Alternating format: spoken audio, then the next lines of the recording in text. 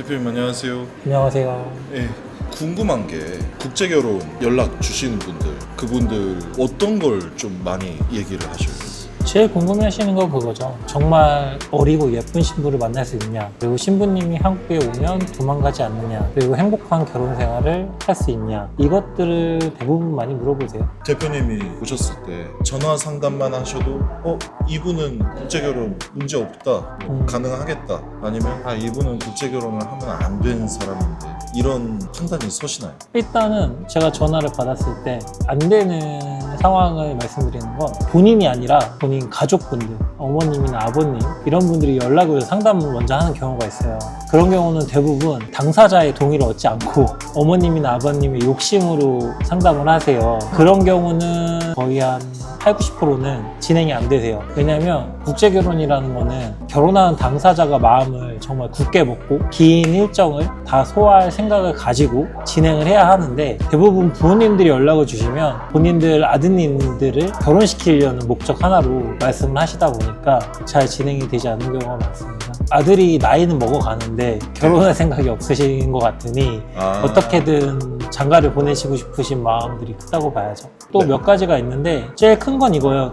내가 돈을 이만큼 써서 국제결혼을 할 건데 그러면 내 맘대로 아내를 할 수 있냐라는 약간 사고방식을 갖고 계신 분들이 간혹 있으세요. 그게 무슨 말이에요? 무슨 말이냐면 국제결혼은 비용이 좀 크죠. 네. 업체별로 뭐 작으면 1,000만 원, 많으면 2,000만 원이 넘는 돈이 들어가는데, 본인 입장에서는 큰 돈을 써서 결혼을 하는 거니 신부가 한국에 오면은 자기 뜻대로 좌지우지할 수 있다. 뭐 어떻게 보면은 성적인 관계를 위주로 말씀하시는 분도 있고, 아니면 뭐 가정부 같은 식으로 말씀을 하시는 분들도 있으세요. 그런 분들 같은 경우는 말씀하실 때 벌써 이미 사고방식이 뉘앙스가 다르세요. 그런 분들은 저도 좀 상담을 하다가 제가 거절하는 경우도 있습니다. 그런 경우에는 결혼을 해서 신부님이 한국에 오더라도 행복한 결혼 생활을 하기에는 좀 많이 힘든 경우가 발생하거든요. 많이 다투기도 하시고. 그렇기 때문에 이게 국제결혼이지만 똑같이 남자와 여자가 만나서 상호 존중을 하고 결혼 생활을 한다는 마음으로 진행을 하셔야 하는데, 본인이 좀 더 갑의 위치에 있다고 생각을 하시게 된다면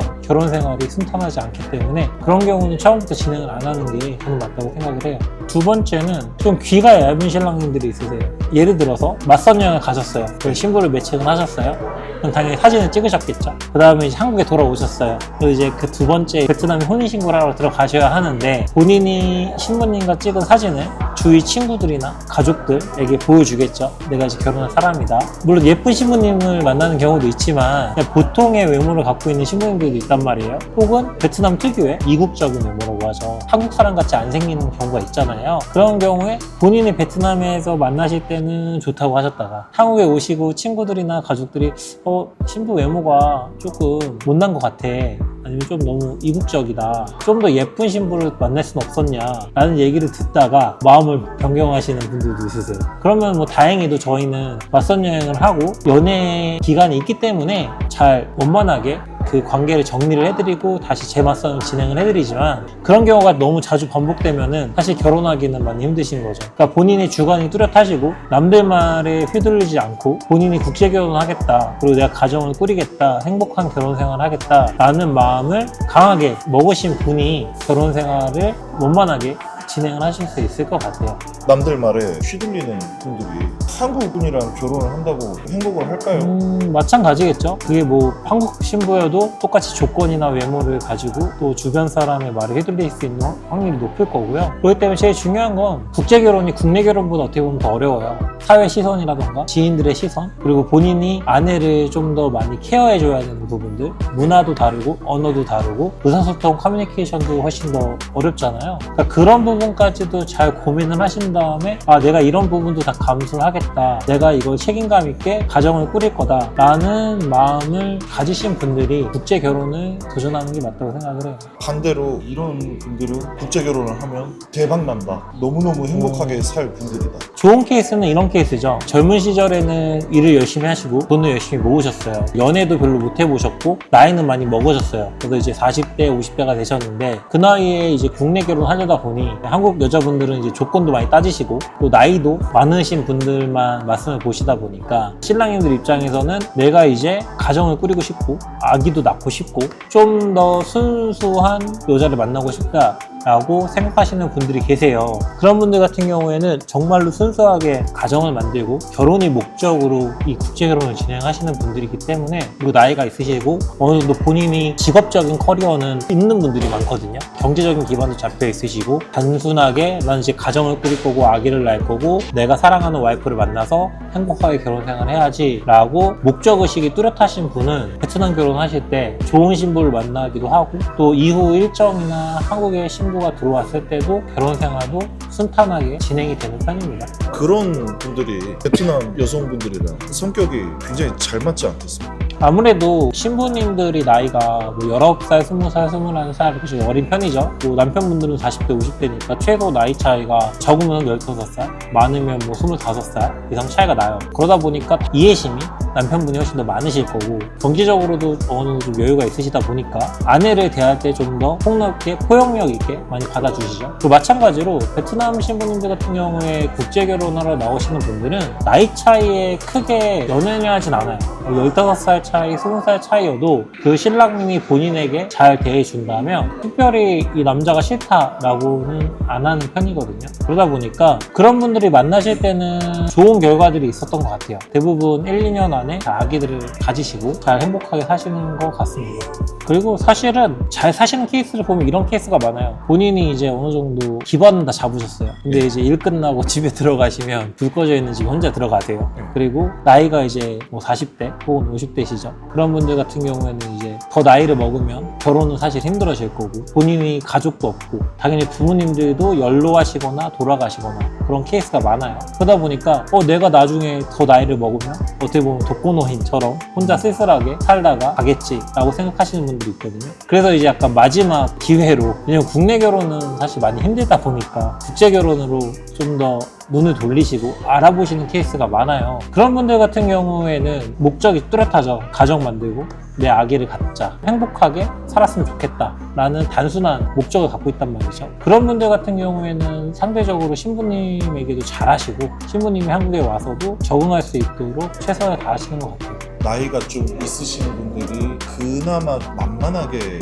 도전할 수 있는, 그렇다기보다는 냉정하게 말씀을 드리면, 본인이 만약에 40대 중반에서 후반이세요. 그럼 한국에서 20대 신부를 만날 수 있나요? 사실상 불가능해요. 근데 저희가 흔히 말하는 임신, 정년기 대부분 20대 초반, 중반이 건강하게 아이를 출산하잖아요. 그 이유는 노산이라고 하잖아요. 그렇기 때문에 한국에서 결혼을 하고 아기를 육아하고 하기에는 많이 힘든 상황이죠. 그리고 당연히 신부님들도 상대방이 40대, 50대면은 그럼 이미 너무 나이가 많으시죠. 아기를 낳기도 힘드시고, 상대적으로 베트남 신부님들은 나이가 어리시죠. 그러다 보니까 훨씬 더 결혼을 하기에는 좀 더 수월한 편인 거고, 이것도 있어요. 경제력 차이가 있잖아요. 한국과 베트남은 경제력 차이가 있고 어쩔 수 없어요. 이게 예를 들어서 베트남도 한국만큼 경제력이 좋다면 젊은 신부님들이 나이 많은 한국 신랑님과 결혼하지 않아요. 그게 냉정한 겁니다. 그렇겠죠. 네, 그게 사실인 거고, 그러다 보니까 신랑님들도 그 부분은 당연히 어느 정도 감안하시고 결혼을 하시는 거고,